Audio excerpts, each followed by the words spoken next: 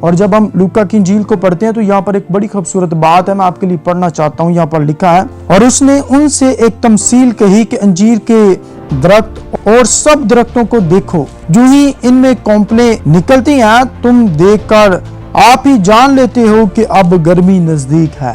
میرے عزیزو، یہ بڑی خوبصورت تمثیل ہے جو ہمیں قیامت کی طرف اشارہ کرتی نظر آتی ہے کہ ہم انسان جو ہے، خدا نے ہمیں باشعور بنایا ہوا ہے، ہمارے پاس عقل ہے، ہمارے پاس سمجھ ہے، ہم درختوں کو دیکھ کر حساب لگا لیتے ہیں کہ اب موسم بدلنے والا ہے۔ جب ہم انجیر کے درخت کو دیکھتے ہیں کہ اس کی کونپلیں نکل رہی ہیں، نئے پتے آ رہے ہیں، تو ہم جانتے ہیں کہ گرمی کا موسم نزدیک ہے۔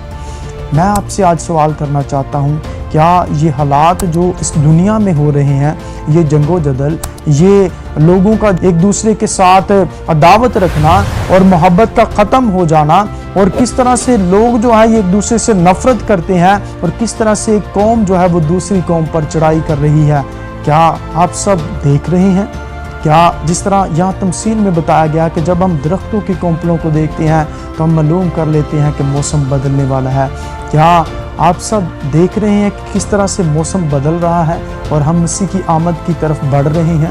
اور یہ حالات و واقعات ہمیں بتا رہے ہیں کہ یسوع مسیح کی آمد دور نہیں ہے۔ اگر ہم اس کی اگلی آیت کو پڑھیں تو یہاں پر بڑی خوبصورت بات لکھی ہے، اسی طرح جب تم ان باتوں کو ہوتے دیکھو تو جان لو کہ خدا کی بادشاہی نزدیک ہے۔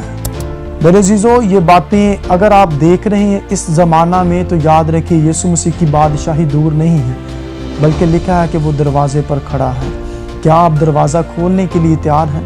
آج وہ آپ کے لیے انتظار کر رہا ہے کہ میرے بچے میری پناہ میں آ جائیں، کیونکہ لکھا ہے کہ جس طرح مرغی اپنے بچوں کو اپنے پنکھوں تلے چھپا لیتی ہے، ہمارا خدا بھی چاہتا ہے کہ ہمیں چھپا لے۔ لیکن ان تمام حالات سے بچنے کے لیے آپ کو ایک کام کرنا ہوگا، اور وہ کام ہے کہ آپ کو یسوع کے پاس آنا ہوگا۔ یسوع کے پاس آئیں، وہ آپ کو چھپا لے گا، ان تمام حالات سے بچا لے گا جو دنیا میں ہو رہے ہیں، یہ جنگ و جدل جو ہو رہی ہے، یہ نفرت جو بڑھ رہی ہے۔ فقط یسوع کے پاس آئیں۔